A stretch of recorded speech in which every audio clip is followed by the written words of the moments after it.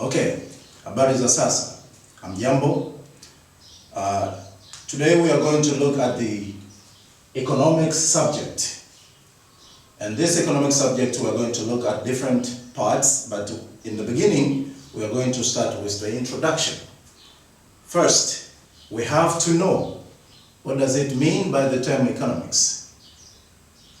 This economics, is it obviously we live with, or it is something that we don't live with?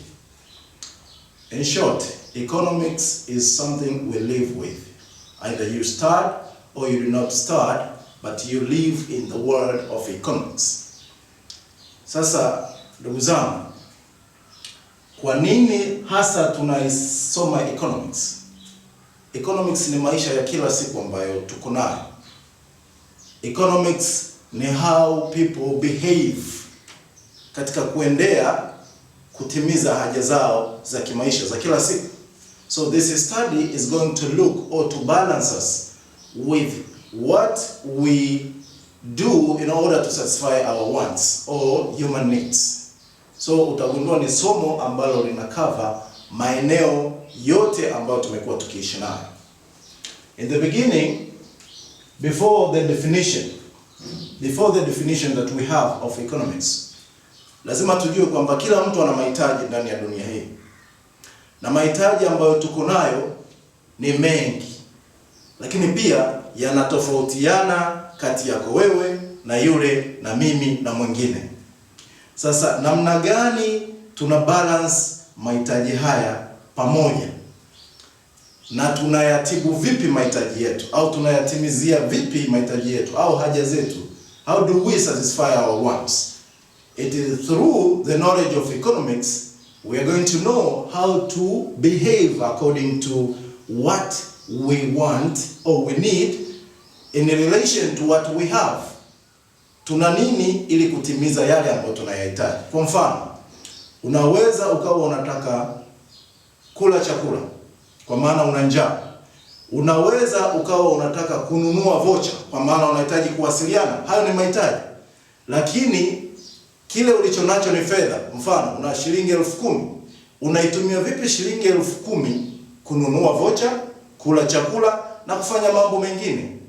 Elimu hii sasa ya kubalance hivi vitu, kile ulichonacho kutimiza haja zako, ndiyo elimu ya economics. Kwa Kiswahili tunasema elimu ya uchumi.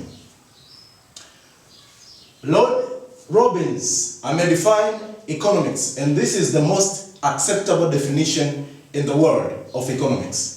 Kwa sababu definition ya Lord Robbins imejaribu kucover maeneo yote ambayo hasa tunayazungumzia kwenye ulimwengu wa economics. Wapo wengi wamejaribu kudefine, but this definition is the most acceptable one. Lord Robbins says that economics is a social science which studies human behavior as a relationship between wants and the scarce means which have alternative uses. It is a social science which studies human behavior as a relationship between wants and the scarce means which have alternative uses. Kwamba uchumi ni somo la sayansi ya jamii linalosaidia kujifunza human behavior. This human behavior sio tabia ile ya wizi au ya kuvuta sigara, no.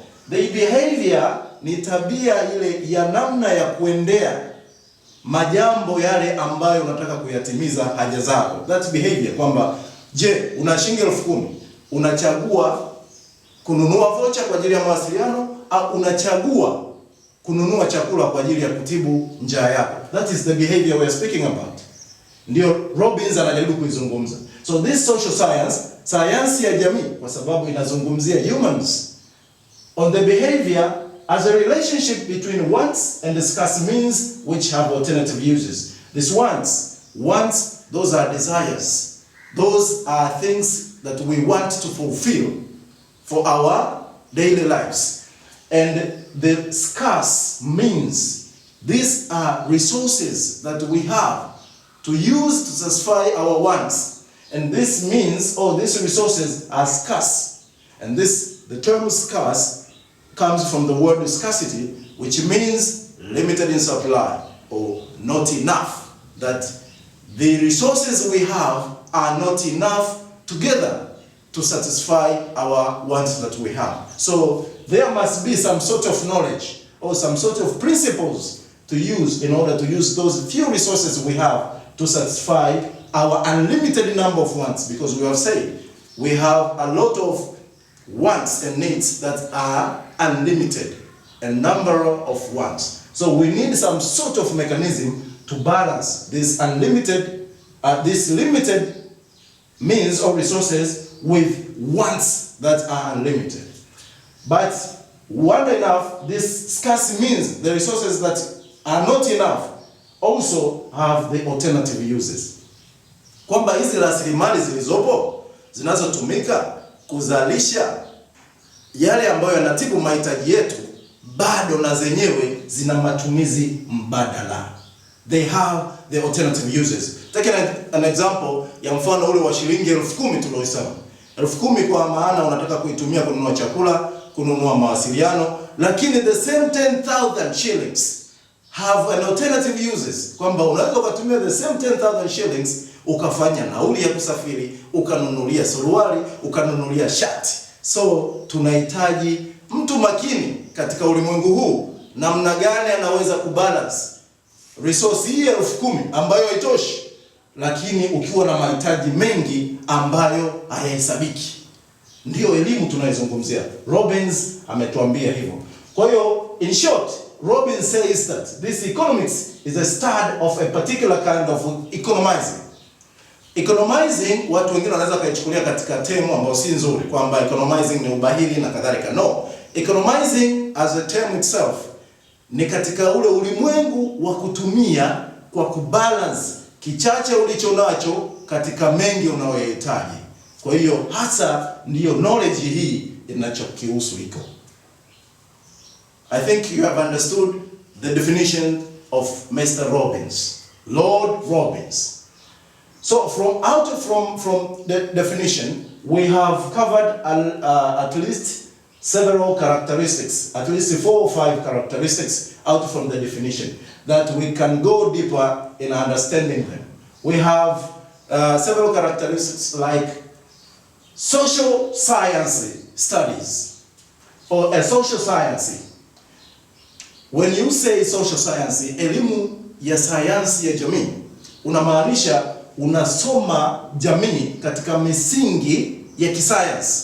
And as you know, science is covered by practice, principles, research, and yani kuna kanuni, regulations za kisayansi. Vitu haviendi by chances. Kuna taratibu za kisayansi, na ndio maana tunasema ili ni somo la kisayansi. Lakini kijamii maana yake una involve humans and their behaviors. Of course tumeshaelezea namna gani behavior za binadamu katika economics zinamaanisha, kwamba zinamaanisha namna gani unaamua kununua vocha, unaamua kwenda mjini kwa kutumia nauli, unaamua kununua chakula. Hiyo ni behavior.